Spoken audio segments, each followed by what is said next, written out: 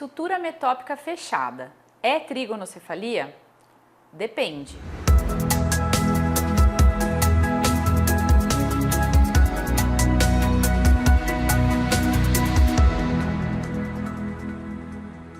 Então a gente tem as suturas do crânio, a sutura metópica é essa daqui, da testa, tá? Essa sutura é uma sutura que se fecha de forma precoce. Só que nem sempre o fechamento precoce dessa sutura vai determinar essa condição cirúrgica que é a trigonocefalia. Então não é infrequente a gente receber às vezes pacientes para uma segunda opinião que já estão até com indicação cirúrgica para correção de trigonocefalia, que tem o fechamento precoce da sutura metópica, porém que não tem trigonocefalia.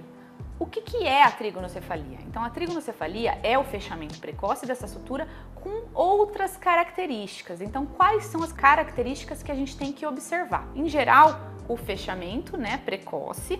É comum também o aparecimento de uma crista metópica. Então, a gente palpa aqui na testinha da criança, a gente percebe uma proeminência do osso. O que a gente precisa ter também é um crânio em formato de triângulo, diferente desse daqui que eu estou mostrando. É um crânio redondinho.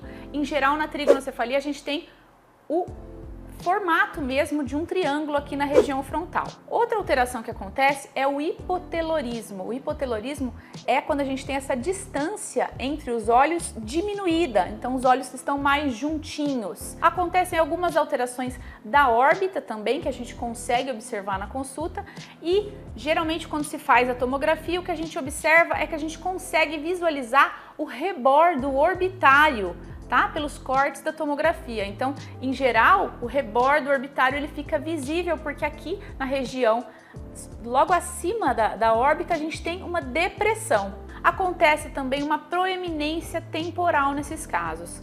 Por que essa condição é de tratamento cirúrgico? Porque o fechamento da sutura metópica, junto com essas outras características, vai determinar uma condição de hipertensão intracraniana, além de alterações faciais.